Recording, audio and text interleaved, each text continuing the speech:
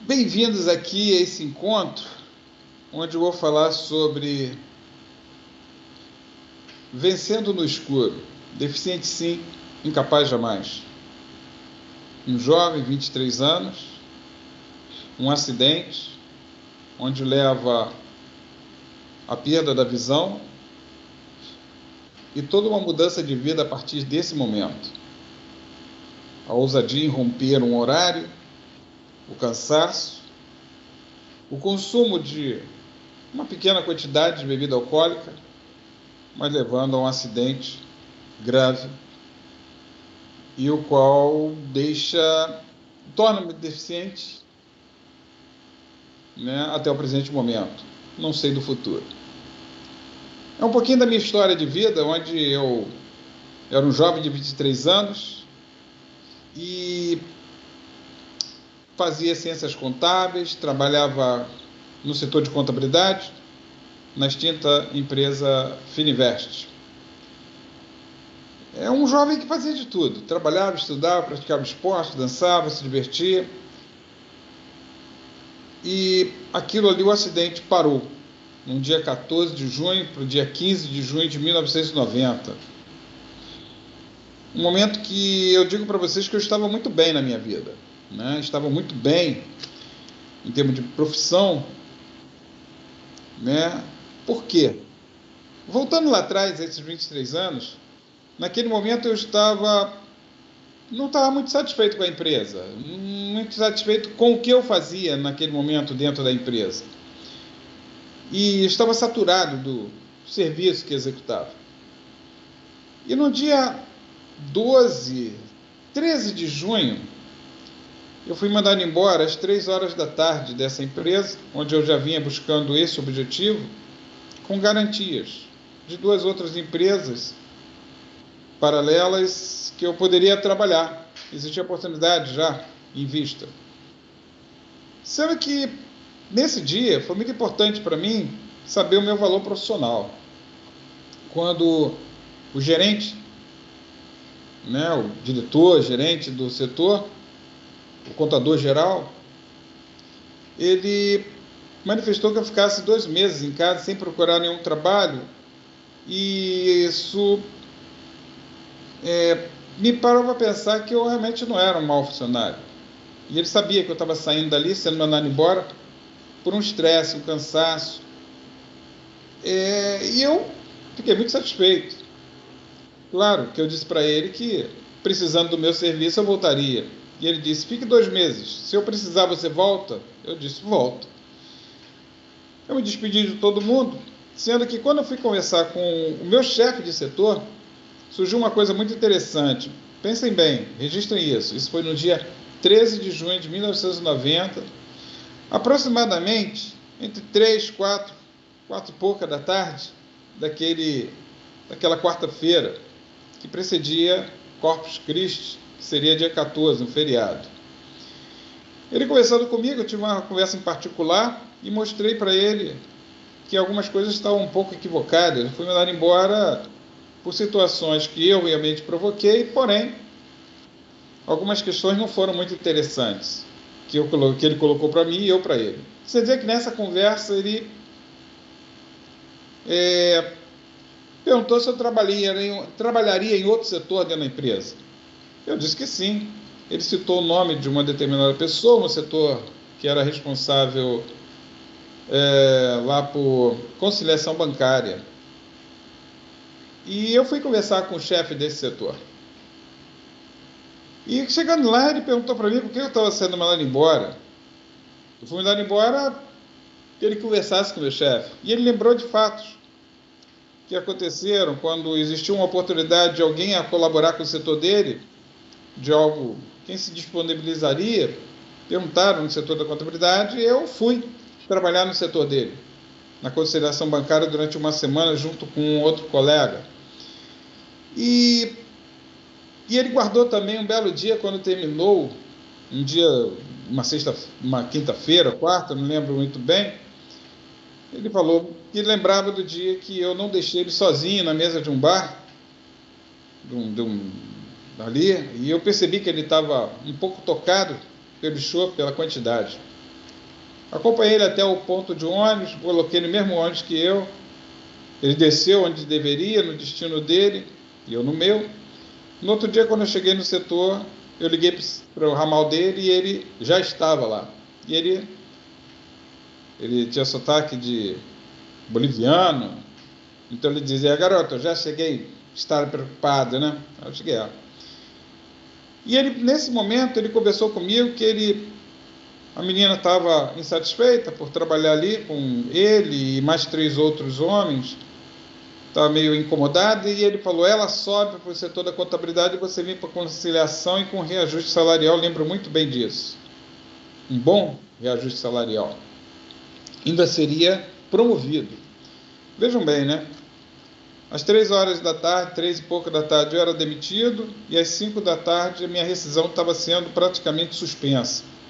Voltei para o meu setor, conversei com o chefe, e ele disse o seguinte: olha só, já que ele quer, suspende essa rescisão de contrato. E na sexta-feira ele falou para mim: ou eu ligo para você e você comparece aqui à tarde, ou então você vem na segunda-feira, mas a transferência praticamente é certa. Já está certa. Então tá bom. Só bastava conversar com o chefão lá. E assim foi feito. E deu 6 horas, fui embora na empresa. E no outro dia era feriado. Um feriado onde eu acordei, a rescisão ali, um documento de rescisão, mas só que estava praticamente suspensa. E eu lavei meu carro, um amigo chegou lá, fui conversar com ele, ele foi lá conversar comigo, batemos um papo, fui na casa dele, me diverti com ele lá, almocei com ele, coisa que não era da minha vida. Mas naquele dia eu senti uma vontade muito grande de conhecer, de rever meus amigos. Naquela quinta-feira do dia 14 de junho de 1990. E dentro disso, gente, eu fui para minha casa depois daquele evento, foi muito divertido até. Eu sempre lembro que Levi, onde eu almocei na casa dele naquele dia, uma sardinhazinha em lata com arroz, feijão, muito gostoso, tá? Até brinco com ele que eu acho que aquilo ali me levou ao acidente. Não, não foi isso. Sendo que saindo dali, fui para minha casa, tomar meu banho, me arrumar, porque eu tinha que ver a minha namorada da época. E depois de fazer isso tudo, antes de ir na casa da namorada, eu fui procurar alguns amigos. E não encontrei ninguém. Saí dali, voltei em casa, minha mãe estava na garagem do prédio onde eu morava com meus pais e minha irmã. Meu pai se chamava Carlos, Marilane, minha mãe, hoje em dia já falecidos, e a minha irmã Milene. Dentro dessa situação, ela estava lá e ela pediu para que eu voltasse cedo. Eu voltei em casa para buscar alguma coisa, que não me recordo muito bem, acho que uma pulseirinha que a menina da época me deu. E eu disse: pode deixar, mãe, 10 horas eu estou em casa que eu estou cansado. Ela via nos meus olhos que eu estava muito cansado.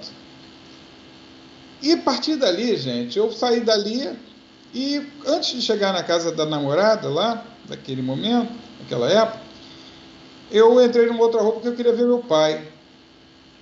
Cheguei lá, meu pai estava lá parado na casa da mãe dele, minha avó, meu primo, e ele também disse, né: meu filho está fazendo aqui, rapaz? Eu vim aqui ver o senhor, está querendo ver o senhor. E meu primo também: como é que tá? Aquele papo bacana. E ele pediu para que eu também voltasse cedo, que eu estava fazendo meio de cansado. E eu falei: não, pai, eu vou voltar cedo sim, umas 9, 10 horas da noite, 10 horas no máximo estarei em casa, porque amanhã tem uma oportunidade muito boa na empresa. E eu quero estar em casa para receber o telefonema, ou então, segunda-feira, eu compareço de novo na empresa para ser transferido de vez. E tá tudo muito bem. Saí dali, fui para casa da namorada, batemos papo, conversamos, aquela coisa toda. Chegou um horário, 10 horas, eu disse assim: eu vou para casa agora que eu estou cansado. Ela: poxa, você está com aspecto de quem está cansado realmente. Vai sim, vai dormir. Eu disse: hoje eu estou cansado, né? Não estou muito legal não, mas eu quero ver meus amigos. E assim foi. Eu resido aqui, para quem está fora do Rio de Janeiro, eu moro num bairro chamado Marechal Hermes, os meus amigos todos de lá. E fui, chegando lá, Edivaldo, no trailer do Edivaldo, estavam lá os amigos, Levi, Rogério, Tunico, Marcelo do Boné, o dono do trailer, Edivaldo. E lá chegando eu fui tomar um mocotó e tomar um refrigerante. Porque eu não queria beber, né? Estava cansado. E estava lá também, né, Marcel e um outro rapaz. E nesse momento, gente, eu ouvi lá, pô, vamos sair, que tal, aquela coisa toda. Algumas pessoas diziam que eu estava cansado. Eu disse, você quer dizer uma coisa? Depois de todo mundo estar saindo, o último, eu lembro muito bem, foi o Marcelo do Boné. E eu fiquei conversando com você, ele vai sair? Eu vou, não vou não. Pô, se você for sair, me chama, que você está aí, eu quero estar contigo. E, de repente, eu dei um estalo, disse assim, não, eu vou sim, porque esse colega chamado Marcel, ele estava servindo fora do Rio de Janeiro, e disse, poxa, vamos sair, vamos lá bater um papo, tomar uma cerveja, poxa, tem pouco que eu não te vejo, vou ficar pouco tempo aqui do Rio de Janeiro, ele estava servindo em Santa Catarina, e estava outro rapaz também. Então, gente, o que aconteceu? Eu fui, peguei o cara, também vou tomar uma cervejinha, mas estava tudo fechado, em Realengo, e eu disse assim, olha, eu sei onde que está aberto, essa hora. Deveria ser aproximadamente, gente, uma meia-noite e pouca já. Eu já rompi o meu cansaço, rompi o limite do meu esgotamento físico, eu acho, né? E fui para um lugar na abolição, lá chegando, parei o carro, eles toparam, né? Claro, porque o Realengo estava tudo fechado. Chegando lá, fomos tomar uma cervejinha, bater um papo. E eu tive a infelicidade de misturar a cervejinha com uma coisa chamada conhaque, com uma bebida chamada conhaque. Eu nunca tinha bebido conhaque. Um desses rapazes, um deles lá, o Tírios foi beber conhaque, pô, toma um gole, esquenta, era uma noite muito frio, e realmente esquentou. Ele bebeu a maior parte, eu tomei um gole, Marcel também, e a cervejinha ali, foi pouca quantidade. De repente teve uma briga dentro desse lugar, e nós saímos. Sempre que eu tive a gente teve que, não pôde ficar, né, ali naquele momento, a briga era muito grande, e a gente saiu, e resolvemos ir embora. Não pagamos a conta, óbvio. O quebra-pau que estava tendo no bar era muito forte. Era cadeira voando, mesa, nada a ver com a gente. Então a gente saiu. Quando eu saí de lá, gente, eu fui pegar meu carro, eu lembrei de um rapaz que estava parado na calçada, eu lembro até hoje de casaco, boné, né? E ele falou que queria tomar conta do meu carro. Na hora de sair, eu disse assim, aos caras, vamos embora. Pô, o cara, se quer tomar conta do carro, eu dar um trocado para ele. Vamos embora. Eu cheguei aqui assim, vamos embora. Peguei e fomos embora. E destino o quê? A casa dele, ou a minha, não sei, né? Eu acredito que ele ia direto para a casa dele. Sendo que nesse caminho a gente parou em Valqueire, e eu disse assim, pô, vamos comer alguma coisa aqui, tomar uma saideira? Parei o carro, fomos lá, batemos um papo, jogamos conversa fora, tomamos uma cervejinha, comemos um sanduíche. Lembro muito bem disso, gente, há 31 anos atrás. É bom fixar que isso aqui hoje é dia 25 de agosto de 2021. E, terminado aquilo ali, a gente ainda paquerou umas meninas, ficamos olhando lá umas garotas, saímos dali e fomos embora. Eu disse para ele, vou dormir na sua casa porque eu estou cansado e amanhã de manhã eu vou para minha casa. E esse local aí era na Intendente Magalhães, foi na Intendente Magalhães. Eu lembro que o carro puxava um pouquinho para a direita, porque ele estava desalinhado. Era um Corcel 2, muito bonitinho o carro. Saindo dali, fomos para casa. Fui para a casa dele. Sendo que nesse intervalo, entre esse ponto e até a casa dele, eu dormi no volante. Dormi dirigindo, e só sei que eu acordei no Hospital Carlos Chagas após um acidente. O meu acidente foi, para quem conhece a região onde eu estou falando, foi em Sulacap, perto do Largo de São Jorge, próximo ali a Sulacap, esqueci o nome daquela avenida ali, mas isso não tem muito ao caso, né? E chegando ali, meu carro perdeu a direção, eu dormi no volante, subimos a calçada e o carro ficou preso entre um muro e uma árvore, com as 4 rodas no alto. Quem assistiu disse que a velocidade não era grande. Se fosse grande, não teriam não teriam sobrevivido. Fui socorrido, levado para o Hospital Carlos Chagas, em Marechal Hermes. E eu lembro muito bem que eu acordei, o médico comigo, e estava um amigo chamado Tunico já lá. E conversando comigo, o médico perguntou para mim como é que estava. Aí ele, poxa, você vai entrar em contato com ele? Eu falei, doutor, o telefone lá de casa era 350-4098. Aí ele perguntou, você lembra de mais alguma coisa? Lembro. Eu dei minha identidade, meu CPF, falei algumas informações, data de aniversário, 050966, e tenho 23 anos naquela época, hoje eu estou com 54, gravando esse vídeo aqui com 54 anos. E dentro dessa situação, o Tunico estava ali, ele disse, eu vou lá falar com seus pais. Eu cheguei, avisa com calma, com tranquilidade, diz que eu estou bem. E assim foi. Não lembro de muita coisa, não lembro mais nada nesse momento, que eu acho que estava muito medicado. Sentia dar um ponto, eu cortei aqui, e o volante pegou dessa forma no meu rosto. Aqui o meu rosto ele é amassado, né? Não fiz uma lanternagem muito boa, e aqui levei alguns pontos. Tive a perda do globo ocular da visão da vista direita, a vista esquerda não enxergo nada. São próteses que eu possuo aqui. E saindo dali, eu lembro muito bem que quando fui transferido, porque não tinha oftalmo no Hospital Carlos Chagas. Isso era por volta de 3h30 da madrugada, 4 horas. E dali eu fui deslocado para o hospital no centro da cidade, Souza Aguiar, e dentro da ambulância que eu acordei, meu pai estava comigo, e ele, meu filho, conversou comigo rapidamente, eu disse, pai, eu falhei. Falou, meu filho, sim. Uma vez o senhor falou para mim, dirigir um carro é como ter uma arma com o dedo no gatilho. Tem que tomar muito cuidado. Ele esquece isso. Não vou esquecer. Não esquecerei jamais isso. E eu dormi de novo, acordei no Carlos Chagas, acho que era muito medicamento, muito sedativo, para dor e para dormir um pouco também. E lembrando de todos os fatos. Até hoje eu lembro de tudo isso, ao amanhecer do dia 15 de junho de 1990. No Souza Aguiar eu lembro muito bem que eu fui posto numa mesa gelada, tiraram minha roupa, aquela coisa toda, meu pai me encasacou, alguma coisa parecida. E ali, gente, eu digo para vocês que eu não lembro de muita coisa, só lembro quando eu estava no hospital chamado Santa Terezinha, porque o hospital Souza Aguiar não tinha anestesista, alguma coisa parecida naquele momento, ia demorar fazer uma cirurgia. E quando o médico conversou com minha mãe, que ela era técnica de enfermagem, trabalhava como enfermeira no hospital do município, até, ela conversando com ele, disse, tira ele daqui se ele tem, para buscar uma cirurgia o mais rápido possível.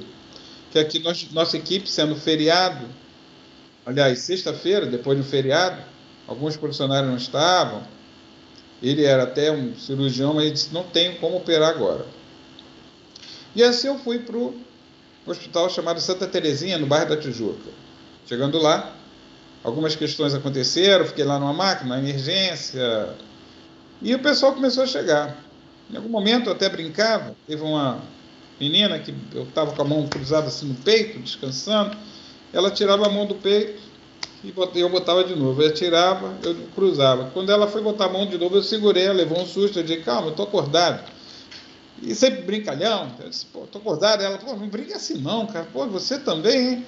Eu disse, a vida é assim mesmo, vamos brincar um pouco, porque o que aconteceu, aconteceu. Ela levou um baita susto. Segundo informações da minha irmã não reconheceu. Cadê o meu irmão? O teu irmão está ali naquela maca. A cara estava muito amarrotada, né, gente? Estava inchada, boca inchada, aqui inchada, ela não reconheceu. E outros amigos estavam lá também. Aí eu fui para o setor, estava lá esperando, na enfermaria, para ser deslocado para a cirurgia. Mas quando eu acordei ali naquela maca, eu comecei a mexer o dedo dos pés, mexer os pés, os braços, as pernas, e eu percebi que a única coisa que estava ruim era meu maxilar, minha boca, eu sentia que estava duro. Não sentia dor, graças a Deus, não senti dor nenhuma. E a partir dali, gente, eu fui para a cirurgia. Quando eu cheguei lá na sala de cirurgia, eu lembro muito da doutora Meire Margarete. Ela perguntou, cadê o rapaz já chegou? Aí ela disse, aí falaram para ela, aliás, eu falei, doutora, já estou aqui. Oh, você já está aí? Espera aí, porque ela chegaram naquela hora, como é que você está? Eu disse, eu estou bem, né? Estou aqui, né? Nessa situação, torcendo pela senhora aí. É a senhora que vai operar, ela vai operar você, vamos torcer para que tudo corra bem. Não sabia da gravidade, tá, gente? Eu pensei que era. Eu achava que tivesse machucado a vista, mas pudesse voltar a enxergar. Dar continuidade, né? Mas não, foram 5 horas de cirurgia, na mesa de cirurgia, porque tinha que rever muitas coisas, fazer uma limpeza do globo, da retirada, de repente, de alguma coisa do globo, que já estava do globo ocular dentro da minha vista direita. E ali um novo momento da minha vida. Eu lembro muito bem que eu fui depois para a UTI, e chegando lá na UTI, aliás, eu acordei na UTI, tinha uma enfermeira segurando a minha mão, bem acompanhada, por sinal, né? E aí eu falei assim, quem é que está aqui? Ela disse, eu sou a enfermeira responsável aqui da UTI, como é que você está? Eu falei, estou bem. Poxa vida, que chato isso acontecer, mas você vai ficar bem. Olha, fica assim não. Ainda dei força para ela, fica assim não, eu vou sair daqui, eu vou ficar bem, eu estou vivo, e vamos que vamos. Acordei no outro dia, já estava dentro de um quarto, comecei a receber as visitas. Só que chegou um momento que foi muita gente me visitar. Fiquei lá durante uns 14 dias no hospital internado, porque eu tinha que operar também maxilar. E o meu conforto foi quando nessa noite, eu acho que já era sábado ou domingo, era sábado, eu fui conversar com a minha mãe. Me levantei, fui até a janela com ela, com soro no braço, para manutenção da veia, para tomar os medicamentos. E ela disse, eu perguntei a ela, mãe, o pessoal que estava no carro, como é que está? Estão vivos? Perguntei diretamente, estão vivos? Ela disse, sim, eles estiveram aqui hoje. Eu digo que eu não lembro da vinda deles. Eu acho que o medicamento não deixou com que a minha memória recente funcionasse muito bem. Eles estavam aqui hoje, que bom. Eles só se machucaram. Eu digo, bem, então daqui para frente a minha cruz, quem carrega sou eu. Gente, aquilo ali eu me preocupei com minha irmã, com minha mãe, que ela ficava ali comigo, me preocupei, claro, com todo mundo, me preocupei com quem tinha se acidentado, e graças a Deus eu digo para vocês que eu não matei ninguém. Eles poderiam ter sofrido lesões iguais a minha, não sei como é que eu ficaria emocionalmente. Lembrando a vocês que hoje eu sou psicólogo atuante, desenvolvo minhas atividades em 2 locais e não parei minha vida. Mas isso no decorrer desse encontro que eu estou tendo com vocês vão ficar sabendo sobre minha chegada a uma instituição de reabilitação, a faculdade e vida profissional. E momentos engraçados até na minha vida. Mas voltando para esse quarto, eu fiquei lá uns 15 dias. E muita visita, muita geleia de mocotó. E foi muito bom. Né? Acabei sorteando, dando as minhas geleias de mocotó. Uma coisa boa que o que eu queria comer sempre surgia, um queijo, um doce, alguma coisa. E era muito acariciado pela copeira. Ela olhou para mim, eu lembro que meu pai, foi o primeiro prato de comida que meu pai me dando. E quando eu abri a boca, ele, bichão, acabou, rapaz. Ele tinha mania de falar assim, bichão, acabou. Eu digo, pô, pai, acabou? Pô, vê se consegue mais. A copeira foi e falou para ele que era só um prato por paciente. Sendo que ela chegou no quarto e falou assim, olha, pelo tamanho dele aí, ele precisa de 2. E eu só podia comer comida pastosa, porque meu maxilar, a minha boca não abria muito, devido à fratura que eu tive e travou o maxilar.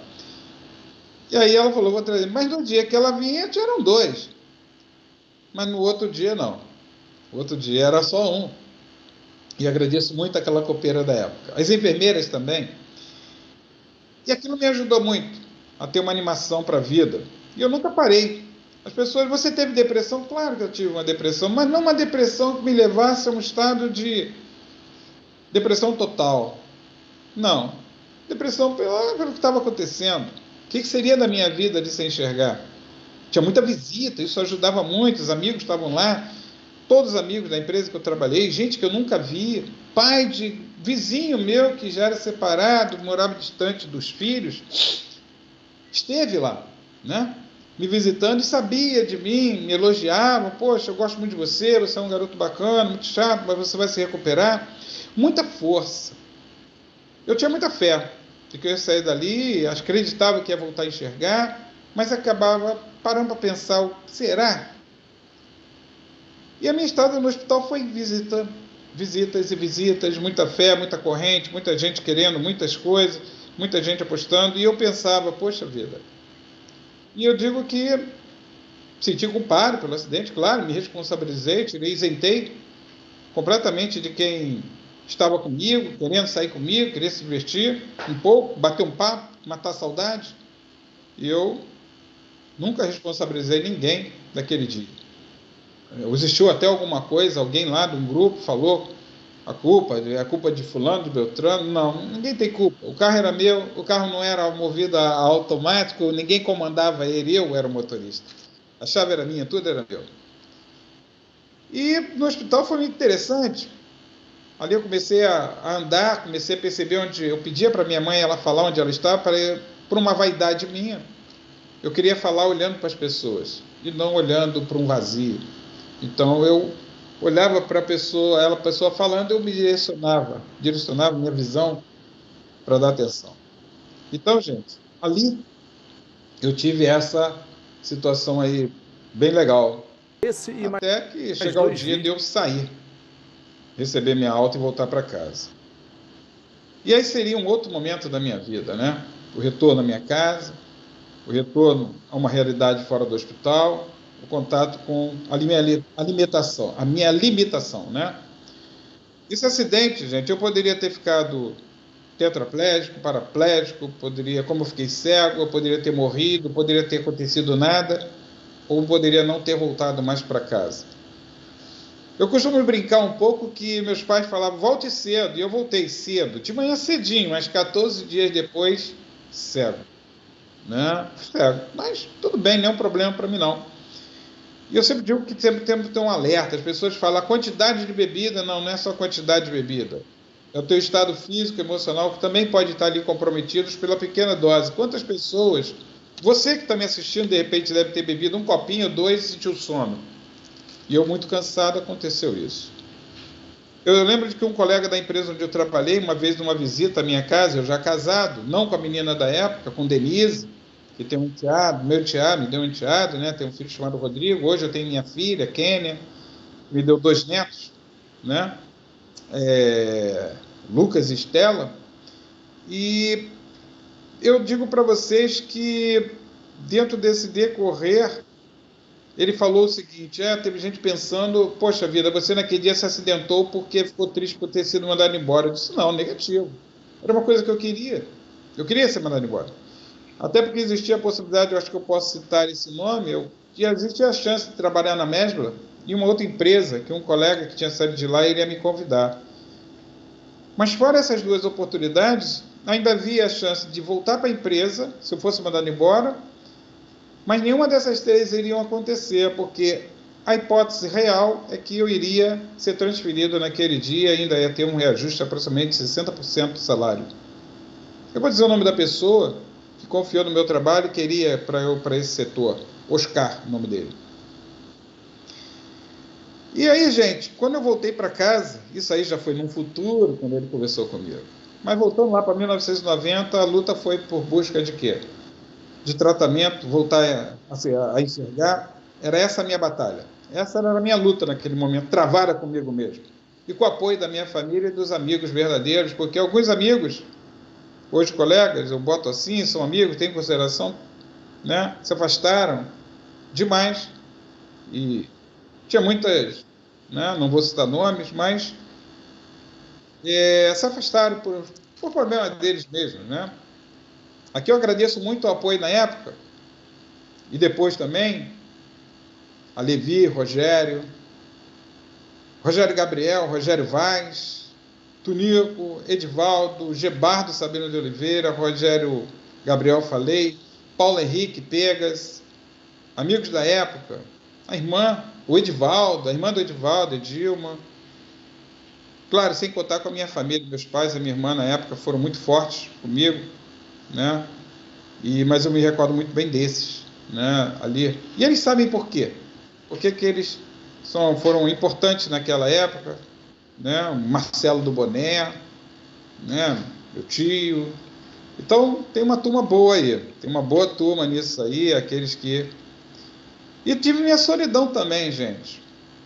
Eu aprendi a viver não mais dependendo das pessoas em receber carinho, afeto, saber lidar com a minha solidão. Eu lembro que uma vez eu liguei para a empresa e uma colega lá, eu falei assim, poxa, esqueceram de mim? Já há um bom tempo que eu estava em casa, porque o fluxo era muito bacana. Afinal, eu trabalhava e tinha muita gente junto comigo. Desde a ida para o trabalho, como do trabalho e a volta. Eu sempre tive rodeado. E rodeava também. E eu digo para vocês que bateu uma solidão em um momento. Eu liguei para a empresa onde eu trabalhei, eu disse, poxa, esqueceu de mim. Ela falou essa frase, Marcelo, a gente está trabalhando, não pode ligar sempre para você. Eu digo para vocês, confesso aqui, que eu nunca mais entrei em contato com ela. Né? Fiquei muito triste naquele momento, mas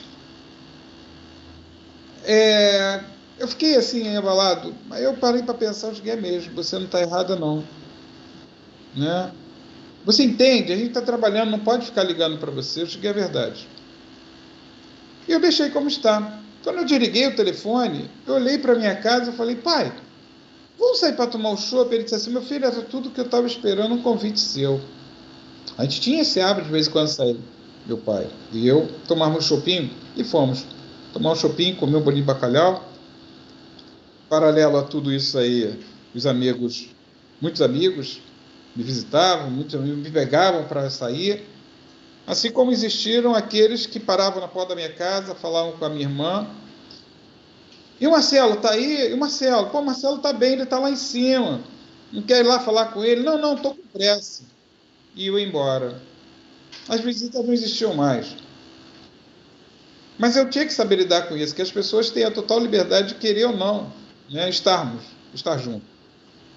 E a gente, paralelamente, eu fui a hospitais, médicos, e todos eles deram sempre uma resposta negativa, que eu tive a perda do globo ocular, como eu disse, não tinha mais jeito, e do olho esquerdo foi deslocalamento de retina, rompimento de córnea, perfuração do globo ocular, perda do líquido da pressão, e ponto final, né? E aí, gente, então naquele ano de 1990 foi em cima disso. Viagens, exames que foram para fora do país e que não tiveram resultado, aquele ano de 90. E vivendo, sabendo lidar com o pessoal saindo e eu em casa e valorizar aquilo ali. Cheguei ao baile, os amigos me pegavam para ir para o baile chamado Maran Tênis Clube, em Marechal. Cheguei aí, né? Uma preocupação deles, é para os pagodes. E legal, agradeço aí mais uma vez essa turminha boa aí. E a partir dali, gente, entra 1991, onde eu vou para o Instituto de Cegos chamado Benjamin Constant. Mas isso aí é um outro ponto. Eu vou parar a filmagem por aqui, essa gravação, né? Essa primeira parte, que eu falei aí sobre família, acidente, quem eu era, essa situação toda. Eu vou parar por aqui, agradeço a quem está me ajudando. É o Dadinho, né? O Dadinho está lá me ajudando. Hoje ele não vai falar nada, mas nessa segunda parte aí que a gente vai gravar semana que vem, com certeza, ele vai ter uma pergunta muito legal e vai participar disso. Gente, eu aqui digo para vocês que esse vídeo está tanto aí acredito que vai estar no Instagram, mas vai estar também, principalmente lá no canal, no meu canal, Marcelo Hatz Reflexões. Não deixem de se inscrever lá e postarei outros vídeos, darei continuidade falando, tá bom? E estaremos juntos, espero assim, vocês assistindo. Claro, como eu falei, agora vamos partir para essa questão dos estudos, a deficiência dentro do meu sistema de reabilitação. Vai entrar a faculdade um pouquinho e vou esticando para chegar à vida profissional, à vida familiar, alguma coisa parecida, tá bom? Eu agradeço vocês estarem aqui assistindo esse vídeo. Até o próximo. Essa é a primeira parte. A segunda parte, semana que vem, com certeza será postada, né? Eu acho que o termo é esse. Tá bom? Muito obrigado, muito grato por tudo isso. Marcelo Hatz, psicólogo e amigo. Tá bom? Um beijo. Fiquem com Deus. Muita saúde para todos nós. Não esqueçam de se inscrever lá no canal, tá bem? Marcelo Hatz Reflexões. Um abraço. Ficamos com Deus em paz.